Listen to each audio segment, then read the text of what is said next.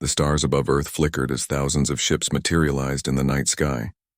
They appeared without warning, dropping out of faster-than-light travel with the precision of a well-practiced military operation.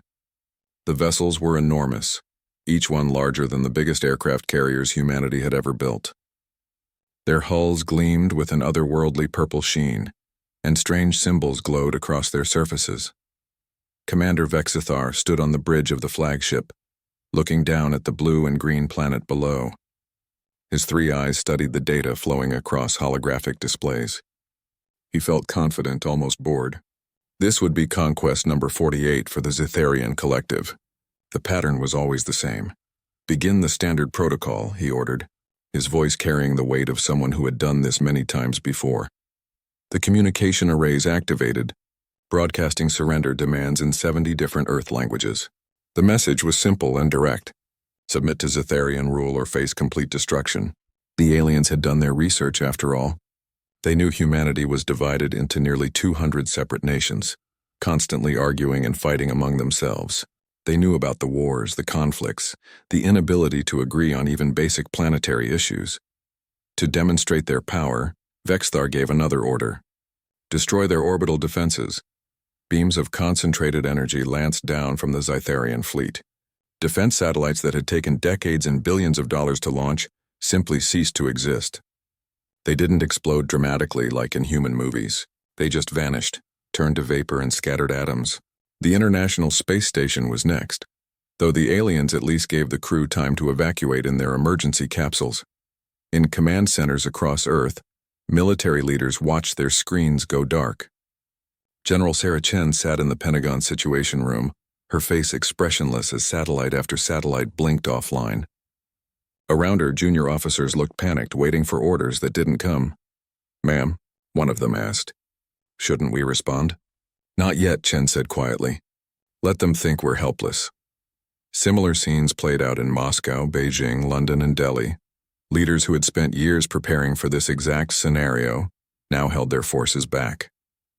The public saw what looked like capitulation. News channels showed alien ships hovering over major cities, their weapons clearly visible. People fled from urban centers, creating traffic jams that stretched for miles. Social media exploded with panic, prayer, and desperate speculation. Vexthar watched it all with satisfaction. "They run like prey animals," he observed to his second-in-command. "Deploy ground forces to the primary strategic locations. Standard occupation doctrine." The Zetharians had a proven system. Take control of power generation facilities, communication hubs, government centers, and military bases. The native population would quickly realize resistance was futile. Within a week, the new governors would be installed, and the systematic extraction of the planet's resources would begin. The collective always followed the same playbook because the same playbook always worked. Landing craft descended through Earth's atmosphere. The aliens had chosen their targets well.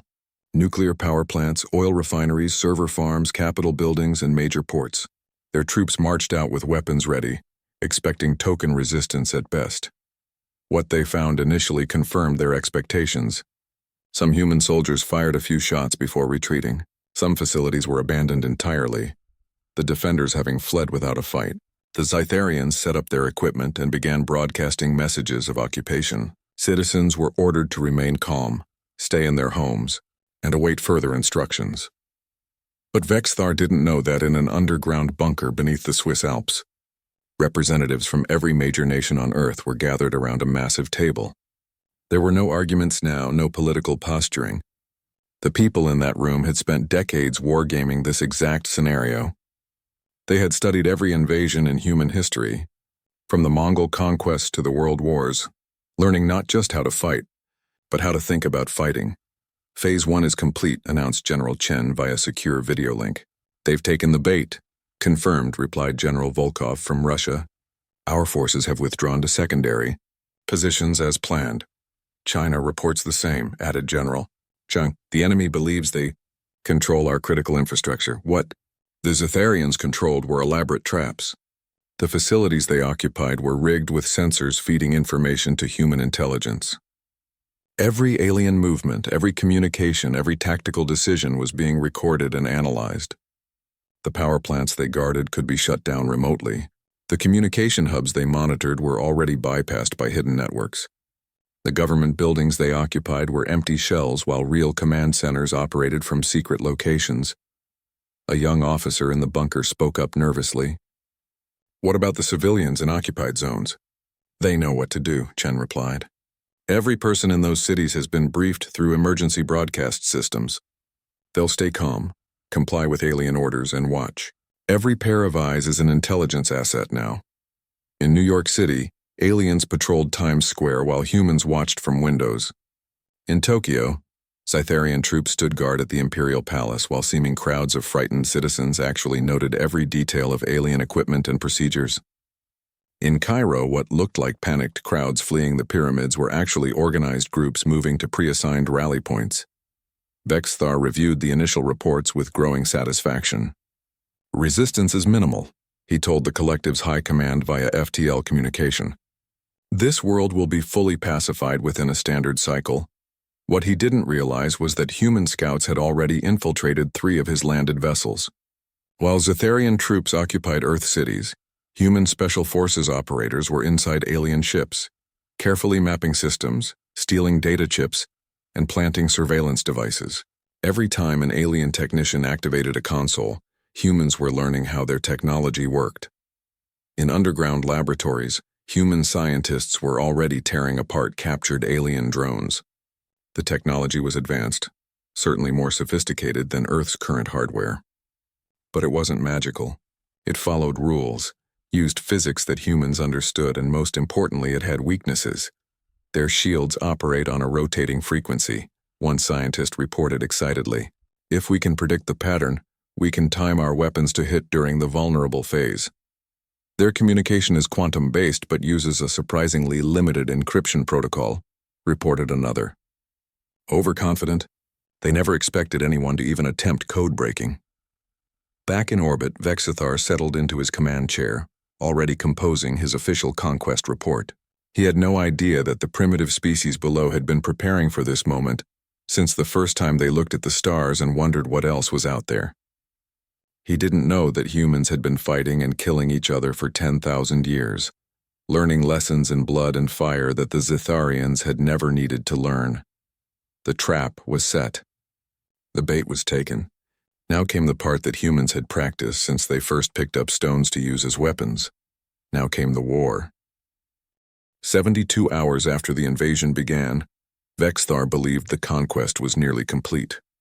His forces controlled every continent, established forward operating bases in strategic locations, and maintained complete orbital superiority. The primitive humans had offered almost no meaningful resistance. Their military forces had scattered, their governments had gone silent, and their population centers were under alien supervision. Reports flowed into the flagship with monotonous regularity.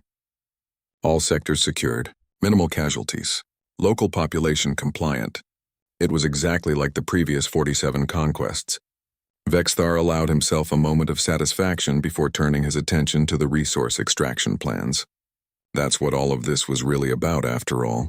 Earth had minerals, water, and biological resources the collective needed. What Vexthar couldn't see were the invisible threads connecting every human action. When his troops reported scattered resistance fighters retreating into mountains, they didn't realize those fighters were leading them away from hidden supply depots. When citizens seemed to panic and flee cities, they were actually moving along carefully planned evacuation routes to predetermined rally points. When human military units appeared to break and run, they were executing one of the oldest strategies in warfare, trading space for time. General Chen stood in the command center deep beneath the Swiss Alps, watching a 3-dimensional map of Earth covered in red markers indicating alien positions. Around her, officers from dozens of nations worked side by side, their old rivalries forgotten. She studied the display with the patience of someone who had spent 30 years preparing for this moment. "They're clustering their forces exactly as predicted," she observed. "Colonel Okonkwo, status of the African theater?" A tall Nigerian officer responded immediately. "All alien forces have been successfully channeled into the Rift Valley corridor. Heavy equipment bogged down by terrain. Supply lines stretched thin. Asia, Chinese and Indian forces have completed withdrawal to mountain positions," General Zhang reported. The aliens control the coastal cities but nothing else. They're spread too thin trying to hold it all. Europe? Same pattern, confirmed General Volkov. They occupy the capitals but can't control the countryside. Resistance cells are active in every occupied zone, Chen nodded. The strategy was working perfectly. Let the aliens believe they won. Let them commit their forces to holding cities and infrastructure, stretch their supply lines, make them comfortable, and all the while gather intelligence, study their weaknesses, and prepare the counterstrike. In occupied New York, what appeared to be frightened civilians going about their daily lives under alien supervision were actually resistance fighters gathering information. Maria Rodriguez worked at a coffee shop near an alien checkpoint. She smiled nervously at the Zetharian guards, playing the role of a scared but cooperative human. What the aliens didn't know was that the coffee shop's Wi-Fi network was part of a hidden communication system, and every cup of coffee she served contained a small RFID chip that helped triangulate alien patrol patterns. In Tokyo, Professor Tanaka continued teaching at the university, now under alien observation. His lectures on classical literature seemed harmless enough, but embedded in his discussions of ancient texts were coded messages coordinating resistance activities. When he spoke about the Trojan horse, his students understood they were discussing plans to infiltrate alien supply depots. When he referenced Sun Tzu, they knew to prepare for asymmetric warfare tactics. The aliens occasionally encountered actual resistance, small ambushes quickly broken off, sabotage that seemed amateurish and ineffective. They dismissed these incidents as the desperate actions of a defeated population. They had no concept of reconnaissance by force, no understanding that humans were deliberately probing their defenses, testing response times, and mapping security procedures. Captain Raxtor commanded an alien garrison in what used to be London. He filed routine reports about minor incidents. A sniper took shots at his troops from a building, missing entirely before fleeing. Obviously an untrained civilian. A group of humans tried to break into a supply depot but were driven off easily. Clearly desperate looters, his patrol vehicles occasionally hit potholes that seemed to appear overnight. Probably just the inferior human road maintenance he never realized. The sniper was a decorated marksman deliberately missing while calculating bullet trajectories through Earth's atmosphere to determine how alien armor responded to kinetic impacts.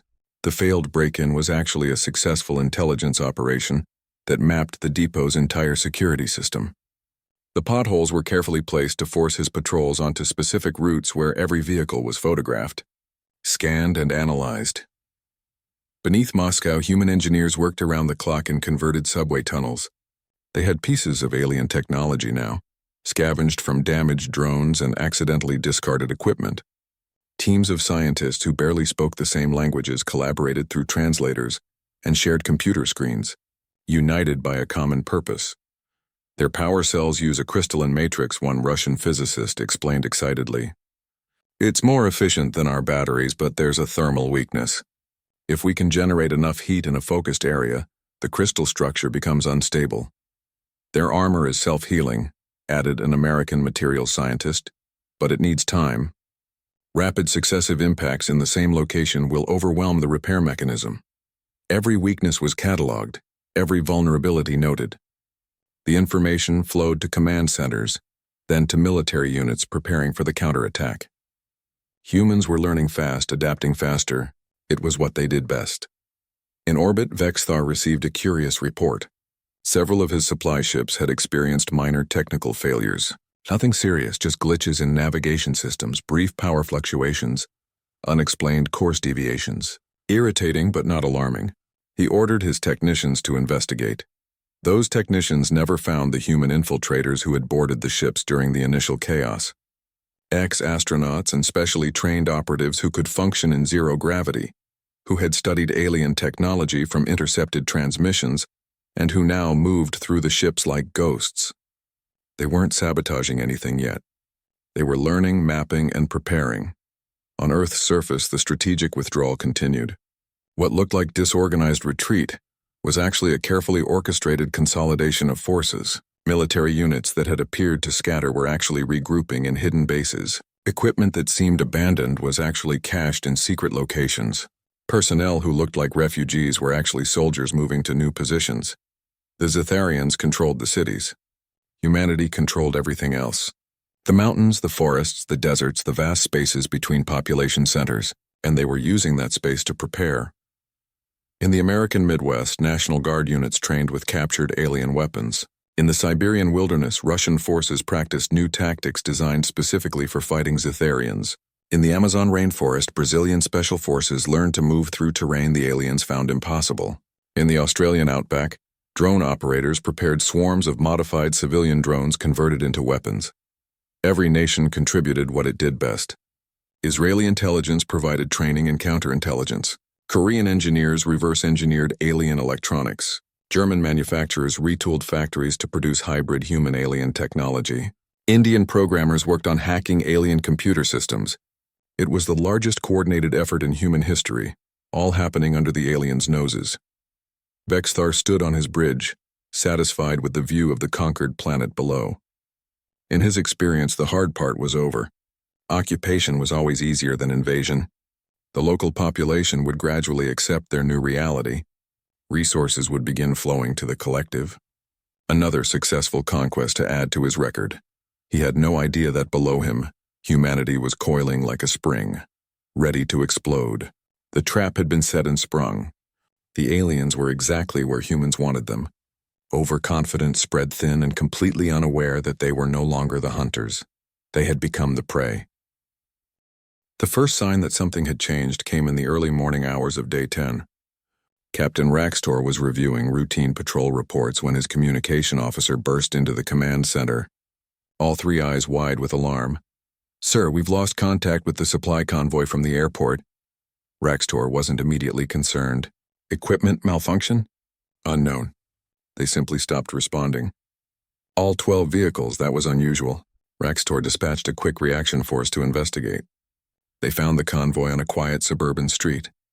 Every vehicle was intact but empty. The crews were gone. No signs of struggle, no weapons fire, no indication of what had happened. Just empty vehicles sitting in the middle of the road. The reaction force never made it back to base. They vanished just as completely. Across the planet, similar incidents multiplied. Alien patrols went out and didn't return. Guard posts went silent. Supply depots were found ransacked, their contents gone, their personnel disappeared. The Zetharians tried to respond, sending larger forces, but that only meant larger groups vanishing. In occupied Paris, a full platoon of alien soldiers marched down the Champs-Élysées. They never reached the Arc de Triomphe. Witnesses reported seeing nothing unusual. The aliens were there, and then they weren't. It was as if the Earth itself had swallowed them. Vexthar studied the reports with growing unease. How can an entire platoon simply disappear in an urban environment? His intelligence officer had no good answer. The local population claims ignorance. Our sensors detect nothing unusual. It's as if these units ceased to exist. What the Zetharians didn't understand was guerrilla warfare. They had never needed to learn it. Their previous conquests had been straightforward military victories. They had no concept of an enemy that looked like civilians until the moment they struck, then disappeared back into the general population. In the Paris sewers, French resistance fighters moved through tunnels they knew like the backs of their hands. The captured aliens were bound, blindfolded, and being transported to secure locations for interrogation. Above ground, ordinary citizens who had witnessed the abduction simply shrugged when questioned by alien authorities. They had seen nothing. They knew nothing. The pattern repeated worldwide. Humans refused to fight by Zetharian rules. They attacked at night during shift changes in bad weather. They struck from unexpected directions using unexpected methods. They used the terrain, the infrastructure, their intimate knowledge of their own planet. In the dense forests of the Pacific Northwest, Zetharian patrols found themselves hunted by humans who moved through the trees like shadows. The aliens' advanced sensors were designed for open battlefield warfare. They couldn't distinguish a human fighter lying motionless in the undergrowth from the background. Their thermal imaging was confused by the complex heat signatures of a living forest. Their motion detectors triggered constantly from wildlife. Meanwhile, human snipers who had trained for years in these exact conditions picked off alien stragglers with precision. They never stayed in one position long enough to be located. They understood wind, distance, and patience. Each shot was calculated, and after each shot, the shooter was gone, leaving the aliens to fire at empty forest. In urban environments, the warfare was even more devastating. The Zetharians discovered that every building was a potential ambush site. Every window could hide a fighter. Every basement could be an entrance to tunnel networks the aliens didn't know existed. Their heavy armor and powerful weapons meant nothing when explosives detonated under their feet or walls collapsed on top of them. A squad of aliens would occupy an intersection, establishing a checkpoint. Local humans would walk past, seemingly intimidated and compliant. Then, at a predetermined moment, those same civilians would drop their packages and dive for cover while hidden fighters triggered remotely detonated explosives. By the time the smoke cleared, the fighters were gone, vanished into apartments and shops and subway entrances, while the civilians returned to pick up their packages as if nothing had happened. Vexthar ordered his forces to crack down harder. Random searches, curfews, collective punishment, but every harsh measure only created more resistance. For every human the aliens detained, 10 more joined the underground. For every building they demolished, 100 more became safe houses for fighters. Then the cyber attacks began. The Zetharians prided themselves on their advanced computer systems, but they had never encountered human hackers. The aliens used logical, predictable security protocols. Humans used chaos, creativity, and sheer stubbornness. A 17-year-old gamer in Seoul, working from his bedroom with equipment cobbled together from parts, found a buffer overflow vulnerability in Zetharian communication systems. He shared it online. Within hours, hackers worldwide were exploiting it. Alien communications began experiencing interference, delays, and mysterious rerouting. Orders were received late or not at all. Intelligence reports were corrupted. Supply requisitions were altered. The Zetharians tried to shut down human internet access, but that network had been designed to survive nuclear war. It routed around damage automatically. They tried to trace the attacks, but human hackers used proxy servers, VPNs, and techniques the aliens had never imagined. Every time the Zetharians thought they had secured a system, another vulnerability was discovered and exploited. Then humanity introduced weapons the Zetharians found horrifying. Chemical agents that the aliens' biology was particularly vulnerable to, biological weapons tailored to attack their immune systems, sonic weapons that exploited the frequency sensitivity of their auditory organs. These were weapons humanity had banned among themselves as too terrible to use. But against an invading species, all bets were off. In Delhi, resistance fighters released an aerosol compound in an enclosed space occupied by alien troops. It was harmless to humans but caused severe respiratory distress in Zetharians. The aliens evacuated the area, then found the same compound deployed in the next position they occupied, and the next, and the next. The Zetharians tried to adapt, issuing protective equipment to their troops. But the humans simply switched tactics, using different compounds, different delivery methods. It was a game the aliens couldn't win because humans had been developing and countering these weapons for over a century. Vexthar received a particularly disturbing report from a garrison commander. "Sir, they're using their own young as combatants. Children are throwing explosives at our vehicles. When we return fire, adult humans become enraged and attack us with suicidal fury. This is barbaric, but it wasn't children at all. The young humans were small adults, carefully selected for their youthful appearance. The suicidal attacks were carefully planned operations designed to provoke the aliens into actions that would turn local populations even more strongly against them. Every alien response was calculated to produce maximum human outrage and resistance. The occupation forces began showing signs of strain. Soldiers who had never experienced real combat were now living in constant fear. They couldn't sleep because attacks came at any hour. They couldn't trust the locals because anyone might be a fighter.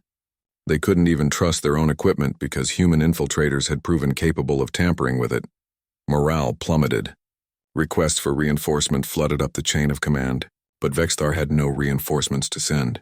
Every unit was already engaged, already stretched thin, already struggling. In occupied zones, the aliens began making mistakes.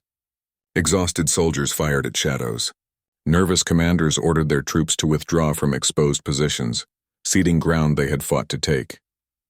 Supply convoys required ever larger escorts, which meant fewer troops for other duties. General Chen watched the reports with grim satisfaction. "They're breaking. The psychological pressure is working." The Zetharians had conquered worlds through military superiority and technological advantage, but they had never faced an enemy that treated warfare as an art form, that had refined it through thousands of years of human-on-human conflict. that understood the importance of morale, psychology, and adaptation.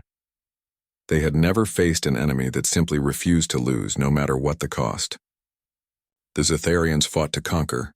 Humans fought to survive, and that made all the difference. The occupation was crumbling. The aliens just didn't know it yet. 3 weeks after the invasion began, General Chen gave the order that billions of humans had been waiting for. All units execute Phase 3. Take back our planet. The counteroffensive began at exactly 0400 hours, coordinated across every time zone on Earth. It started not with a bang, but with silence. Every piece of alien communication equipment, compromised by weeks of cyber warfare, simply stopped working. The Zetharians found themselves blind and deaf, unable to coordinate, unable to call for help, unable to even know what was happening to their forces elsewhere. Then the missiles launched. Not from military bases the aliens had destroyed, but from hidden sites that had been prepared years ago for exactly this scenario. They rose from converted grain silos in Kansas, from concealed launchers in the Gobi Desert, from mobile platforms hidden in Amazon caves, from submarines that had been running silent at crushing depths. Vexthar's first warning was when his flagship's defensive systems engaged automatically. Hundreds of missiles were climbing toward orbit, and they were moving faster than the intelligence reports had suggested possible. Human rocket technology wasn't supposed to be this advanced, but these weren't the missiles the Zetharians had seen in their reconnaissance. These were new designs, built in secret, incorporating lessons learned from studying alien technology. They used hybrid propulsion systems, combined human ingenuity with reverse-engineered alien components, and flew profiles specifically designed to exploit weaknesses in Zetharian point defense. Evasive maneuvers, Vexthar ordered, but there wasn't time. The missiles closed with terrifying speed, and when they detonated, they didn't use conventional explosives. They used nuclear warheads, weapons the Zetharians had never developed because they considered them barbaric and excessive. The flagship shuddered as its shields absorbed multiple nuclear blasts. Alarms wailed throughout the vessel. One of the escort cruisers simply ceased to exist, vaporized by a direct hit. Another tumbled out of orbit, its power systems overloaded, its hull breached in dozens of places. "Return fire," Vexthar shouted, but the targeting systems were malfunctioning, corrupted by malware that human hackers had planted weeks ago during the initial chaos. The weapons that did fire missed their targets completely or locked onto decoy satellites humanity had launched specifically to confuse alien sensors. On the ground, the assault was even more devastating. Alien positions that had seemed secure suddenly found themselves under attack from every direction. The human forces that had appeared scattered and broken revealed themselves as intact, organized, and extremely dangerous. In New York, Captain Raxtor's garrison found itself surrounded by American military units that had seemingly appeared from nowhere. They emerged from subway tunnels, from neighboring buildings, from sewers and underground parking garages. They weren't using standard military tactics. They were using urban warfare techniques refined through centuries of city fighting.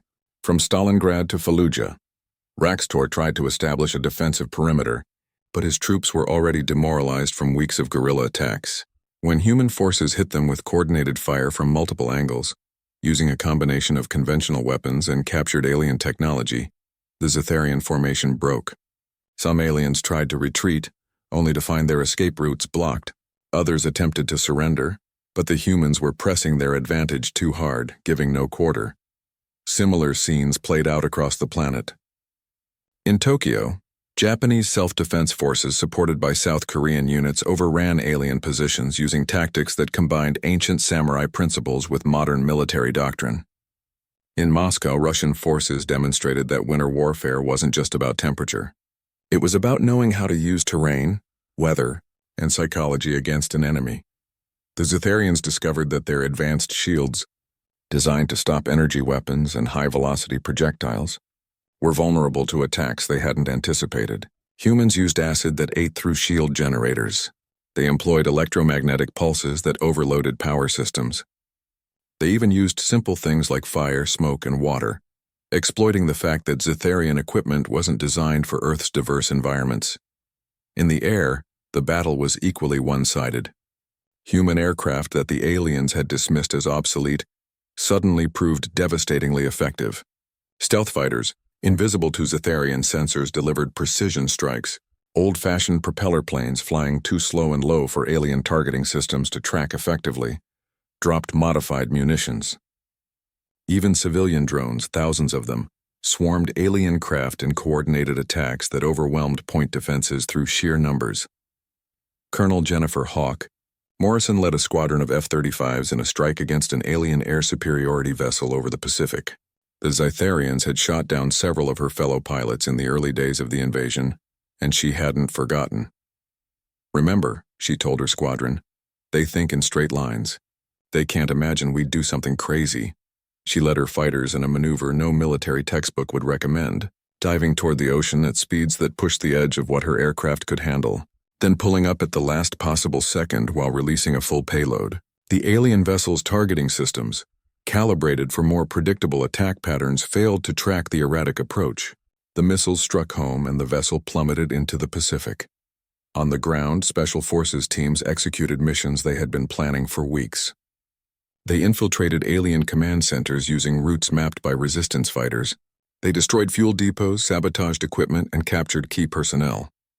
Teams that included soldiers from a dozen different nations worked together seamlessly, their training and preparation overcoming any language or cultural barriers. A combined strike team of British SAS, American Navy SEALs, and Israeli commandos approached the alien headquarters in London through Victorian-era tunnels that didn't appear on any modern maps. They emerged inside the security perimeter, eliminated guards with suppressed weapons and close combat techniques, and planted explosives throughout the structure. By the time the aliens realized they had been infiltrated, the building was coming down around them.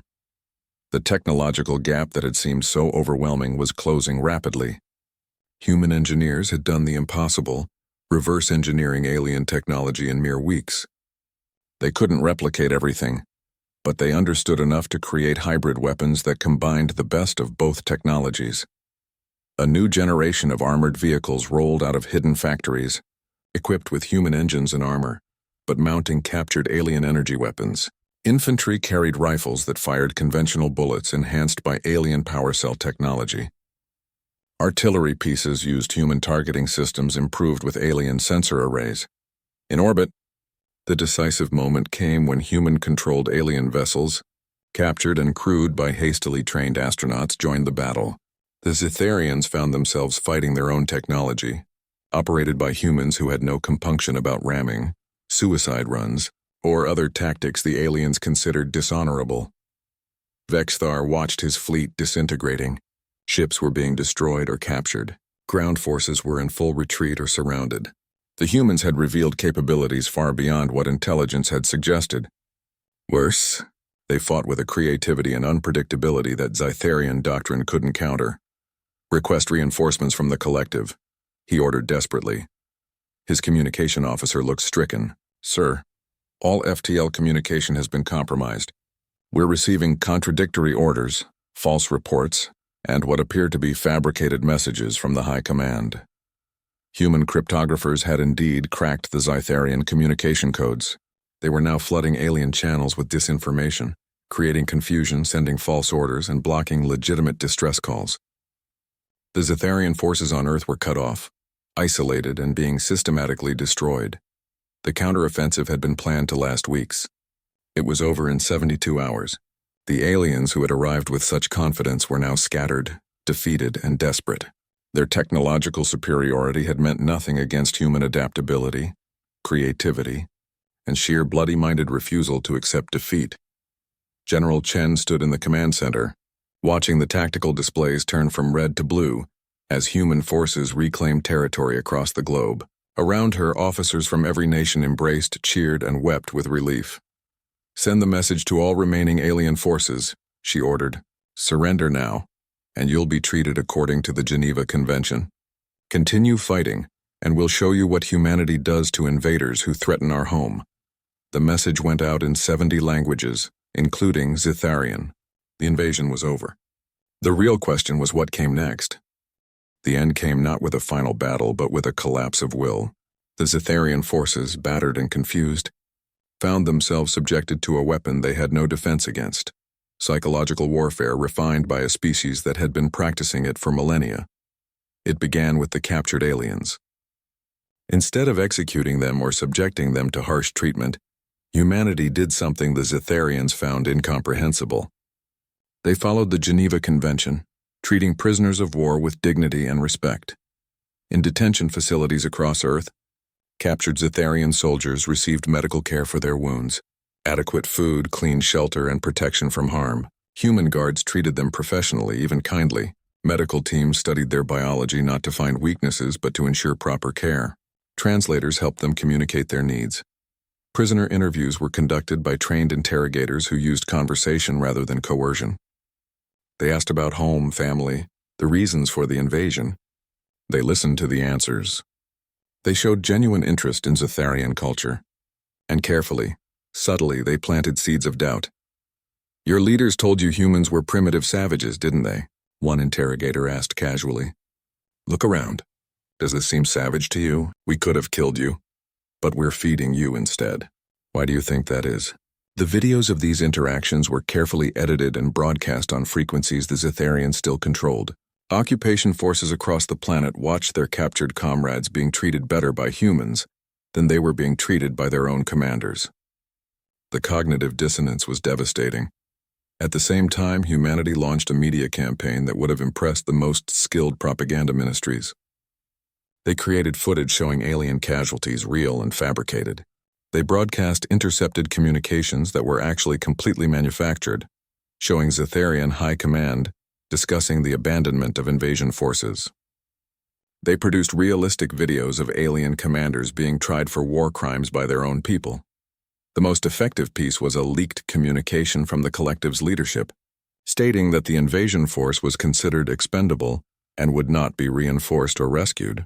The video was completely fake, created by human digital artists using captured footage and AI technology, but it looked absolutely authentic. Vexthar tried to counter the propaganda, but every broadcast his forces made was jammed, hacked, or modified by human cyber warfare teams. When he tried to tell his troops the videos were fabrications, his messages were altered en route to say the opposite. Communication networks that had been reliable for decades were now completely compromised. The psychological assault was carefully calibrated. Humanity showed captured aliens calling for surrender, pleading with their comrades to stop fighting. These messages were real. Humans had convinced some prisoners that continued resistance was futile by showing them the reality of the situation. Other messages were completely fabricated, but indistinguishable from authentic communications. The effect on Zetharian morale was catastrophic. Soldiers who had never experienced defeat, who had been raised to believe in the inevitability of collective victory, now questioned everything. Their technology had failed them. Their tactics had proven useless. Their commanders couldn't protect them. And the enemy, rather than being primitive savages, had demonstrated capabilities that seemed almost supernatural. In occupied zones, human resistance fighters began leaving printed materials for alien troops to find. These weren't threats or demands. They were philosophical arguments about the futility of the invasion, testimonials from captured aliens about their treatment, and simple facts about Earth's history of warfare. "You're not the first to invade Earth," one pamphlet read. "The Mongols tried. The Nazis tried. The countless empires throughout our history tried. They all failed because they underestimated one thing. Humanity never stops fighting for home. Never. You can leave honorably, or you can join the long list of failed conquerors. Choose wisely." The pamphlets were translated perfectly into Zetharian, using linguistic patterns that made them feel authentic rather than like enemy propaganda. They were scattered in places where soldiers would find them during private moments: latrines, sleeping quarters, guard posts during quiet shifts. Desertion began as a trickle and became a flood. Small groups of Zetharian soldiers, exhausted and demoralized, simply walked away from their posts. They didn't know where to go, but they couldn't continue fighting. Some wandered until human forces found them. Others sought out resistance fighters, hoping for the mercy they had seen promised in the videos. Captain Raxtor sat in what remained of his command post, watching his force disintegrate. He had started with 200 soldiers. Now he had less than 50, and more were disappearing every day. He received no orders from command. His communication with other garrisons had ceased. He didn't know if the war was still ongoing or if it was already lost. A human voice came over his personal communicator, speaking perfect Zitharian. "Captain Raxtor, this is General Sarah Chen of the United Earth Defense Force. Your war is over. The collective has withdrawn support for this invasion. Your fleet in orbit has been destroyed or captured. Your ground forces are surrounded. You have two options. Surrender now and be treated with dignity, or continue fighting and be destroyed. You have 1 hour to decide." Raxtor tried to verify the claim, but he couldn't reach any higher authority. His sensors showed human forces surrounding his position. His troops were looking at him with expressions that clearly asked why they were still fighting. He thought about the videos he had seen of captured Zitharians being fed, housed, and cared for. He thought about his own government's tendency to abandon failed campaigns. He made his decision. "Attention all Zitharian forces under my command. Lay down your weapons. We surrender." Similar scenes played out across the planet. Commanders who could still communicate with their units gave orders to surrender. Units that had lost contact with leadership made their own decisions, deciding that survival was preferable to dying for a cause that seemed already lost. Within 48 hours of the surrender broadcast's beginning, organized Zitharian resistance had ceased. The few remaining alien holdouts were left with a choice. They could surrender and join their comrades in prisoner of war camps, where they would be treated fairly and eventually repatriated. Or they could continue fighting alone against an entire planet that had proven more than capable of defending itself. Most chose surrender. The handful who didn't were eliminated quickly and efficiently by human forces that had already proven their superiority. 6 weeks after the invasion began, it was over. The last Zitharian forces had surrendered. The captured fleet sat in orbit under human control. Tens of thousands of alien prisoners were in detention facilities across the planet, all being treated according to international law. General Chen stood before a camera, broadcasting to the entire Zitharian collective on frequencies human hackers had commandeered. Behind her stood military leaders from every major nation on Earth, united in victory. "People of the Zitharian collective," she began, her words translated into their language. "Your invasion of Earth has failed. Your forces have surrendered. We are treating your soldiers with the dignity and respect we afford all sentient beings, something you failed to show us." She paused, letting that sink in. "We could have slaughtered your forces. We could have sent your ships back filled with corpses. We chose not to because we are not the savages you believed us to be. But make no mistake. If you ever threaten Earth again, if you ever send another invasion force, we will not be so merciful. We will bring war to your homeworlds. We will show you what happens when you threaten humanity's survival." Another pause. "We are returning your soldiers to you unharmed. We are keeping your technology as payment for the damage you've caused. And we are sending this message to every species in the galaxy. Earth is defended. Humanity is united, and we are not prey. We are equals who have earned our place through the oldest law in the universe, the right of the strong to survive." The broadcast ended. Around Earth, humans celebrated their victory. They had faced annihilation and emerged triumphant. They had proven that technological superiority meant nothing against adaptability, creativity, and the sheer refusal to accept defeat. The Zitharian collective received their defeated forces back along with General Chen's message. The High Command convened emergency sessions. Analysis of the battle data showed clearly how badly they had miscalculated. This species didn't just fight to win. They fought with an intensity and innovation that suggested warfare was embedded in their very nature. The decision was unanimous. Earth was declared a prohibited zone. No Zitharian vessel would approach the system. No trade, no communication, no contact. The humans had proven too dangerous, too unpredictable, too willing to do whatever necessary to protect their home. Other species in the galaxy received the same data. They watched the footage of human fighters using tactics no one had seen before. They analyzed the speed with which humans had adapted to alien technology. They noted the psychological warfare that had broken an experienced military force in mere weeks. The message was clear. Humanity had arrived on the galactic stage not as victims or clients, but as equals who had earned their place through fire and blood. They were a species that treated war as both art and science, that never stopped learning, never stopped adapting, and never ever surrendered. Earth had been tested, Earth had prevailed, and the galaxy would never look at humanity the same way again. The invasion was over, but humanity's journey to the stars was just beginning.